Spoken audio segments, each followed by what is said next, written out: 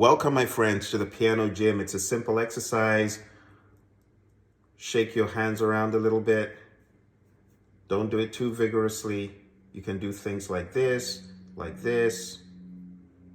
and back to get your fingers kind of intentionally warm and ready. One other thing you can do is lift each finger up on a beat, like that. Each finger up on a beat, like that, and back again. And you might want to do this as much as you can with a metronome, especially when you're at home and you're not on the go. But you can do this anywhere, in a car, as you're being driven. Don't do it when you're the driver, but when you're being driven as a passenger in a train, that kind of thing. So let's turn this on and give us some context. And let's go. 1, 2, 3. Lift it for 5. Thumb, index, 3, 4, 5. 2, 3, 4, 5. 1, 2, 3, 4, 5. And you want to do that as much as you can. And then you can also do it like this. 4, 5. 1, 2, 3, 4, 5. The fours, 4, 4, 4. My fours have been naughty in the past.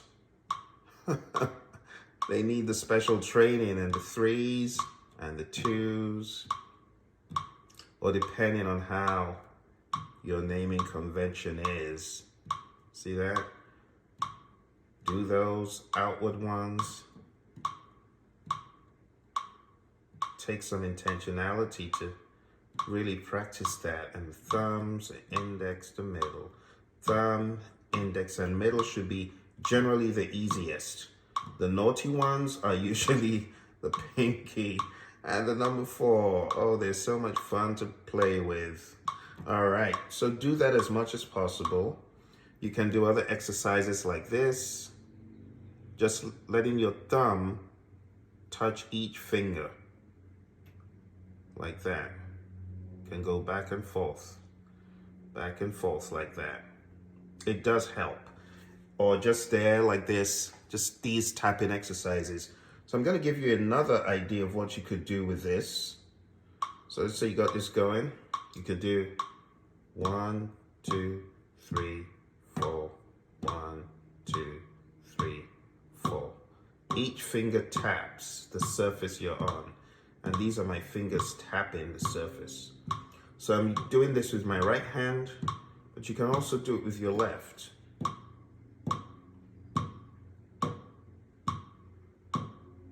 If you can generate enough sound to let you know how far you are in the process, that will be good. The tapping is going to help. Now it's louder with this hand. Now, you can do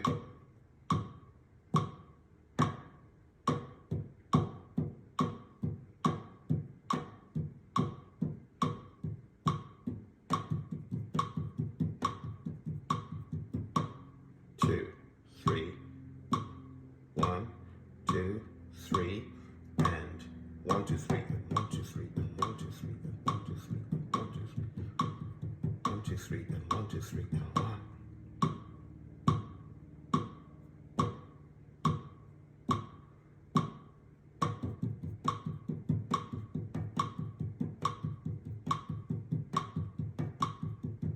It's not an easy exercise for a beginner to do, and you can take it up a notch. So your right hand might be stronger than your left hand, and you don't have to stay stuck at 70. You can go as far as, let's say you wanted to go over 100. Let's say 102. You can do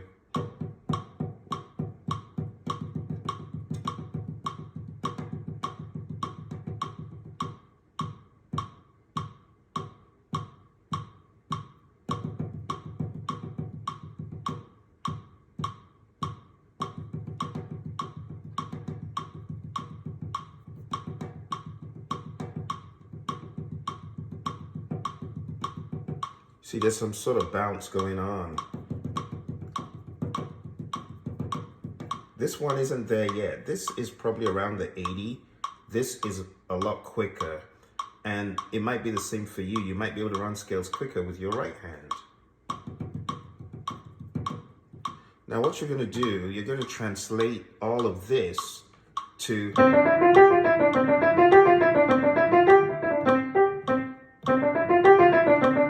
so that is too quick when I translate to the piano, so I've got to slow it down a little bit to perhaps a 90 to be able to do the exercise conveniently.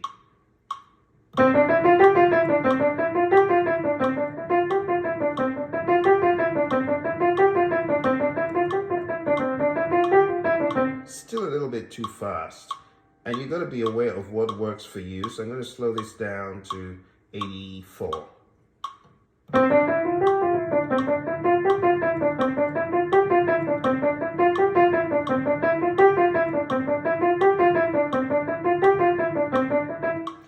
And that still needs a little bit of a reduction.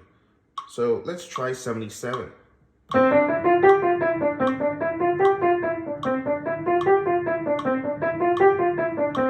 So it's not that one can't run that scale, but it's not about speed. It's about intentionality and measured deliberateness.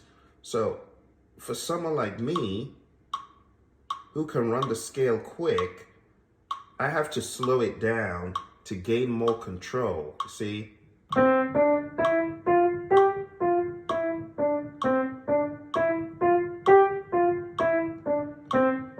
More listening, less watching.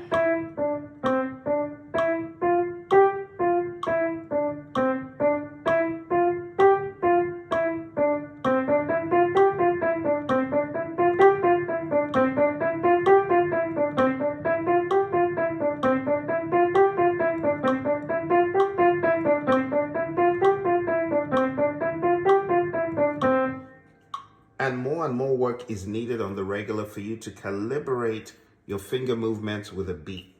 No matter how good you are at running those scales, you got to make sure it's on the beat. Otherwise, it doesn't even make sense or count. Okay, so those are just some of the exercises that I would recommend to get your fingers to do what you want. I already covered this in the very first video.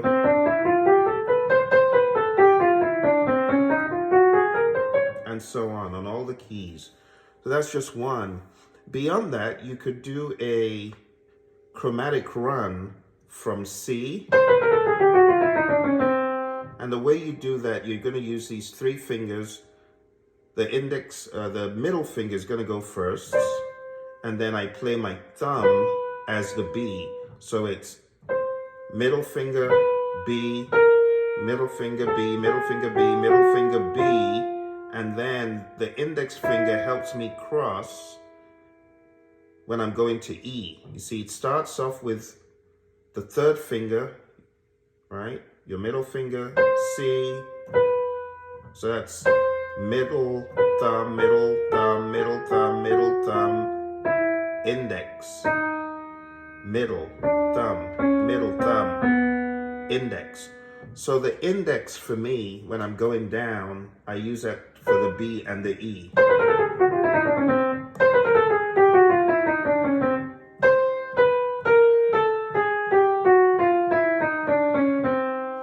And when you're going up, the index finger now plays the F.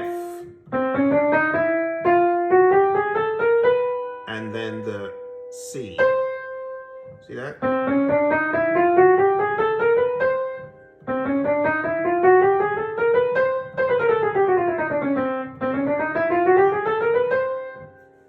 Again, you can practice to a metronome to get this working for you.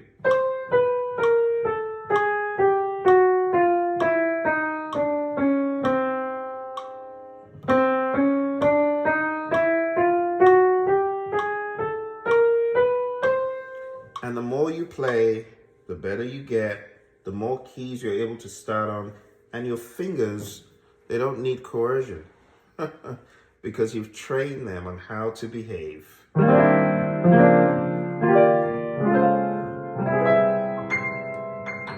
I hope that gave you some ideas about how you can practice, get your fingers warmed up and ready. Thank you, and I'll see you in another video soon.